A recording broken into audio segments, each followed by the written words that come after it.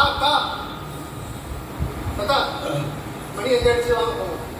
இருக்குப்பா. எதுக்கா நீங்க எதுக்கு வந்தீங்க மறந்துட்டீங்களா? அது எப்படிப்பா மறக்க முடியும்? மறக்க முடியல. அப்ப வாங்க போங்க சாமி கும்பிட.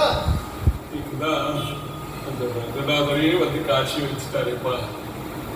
ரங்கநாதர் இங்க வந்தாரா? நீங்க பாத்தீங்களா?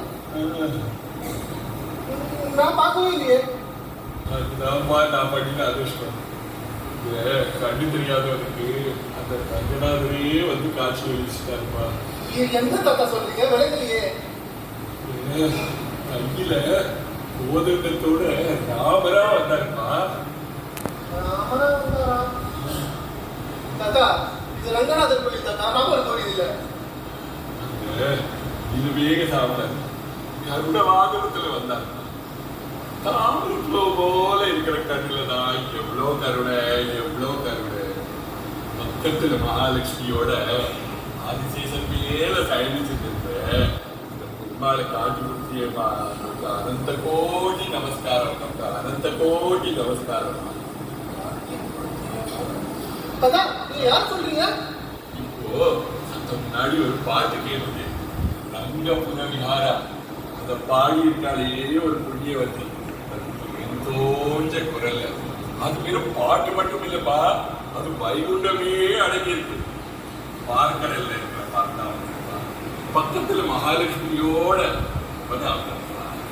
அந்த சைனமூர்த்தியான ஆதிசேஷன் மேல சைடிச்சு கையில கோதண்டத்தோட ராமரா இருக்கான். ஆஹா, என்ன திவ்யமான காட்சி, என்ன திவ்யமான காட்சி. இதெல்லாம் அந்த பாட்டாலே காட்டி கொடுத்தாங்க. தேவதை யாருப்பா சொல்லுப்பா?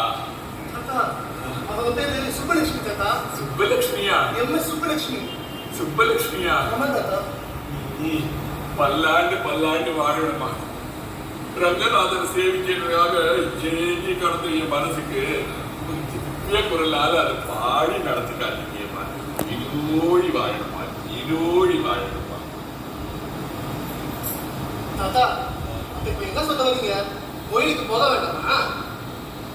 இத்தனை நாளா எதுக்காக காத்துட்டு இருந்தீனோ அது எனக்கு கிடைச்சிருக்குமா. இதை விட வேற என்ன வேணும்? நீங்க கோவிலுக்கு போகாமலே இந்த நடு வீதியிலேயே அந்த ரங்கநாதனுக்கு சுப்பலட்சுமி குரல் வரமா காட்சி வச்சிருக்கோம்மா. இதெல்லாம் காரணமா இருந்தவனுக்கு நான் எப்படி நன்றி சொல்றதுப்பா, எப்படி நன்றி சொல்றதுப்பா? பெரிய வார்த்தை தாத்தா, பெரிய வார்த்தை. நான் கிளம்புறேன் தாத்தா. தாத்தா நம்ம ஊருக்கு போறீங்க?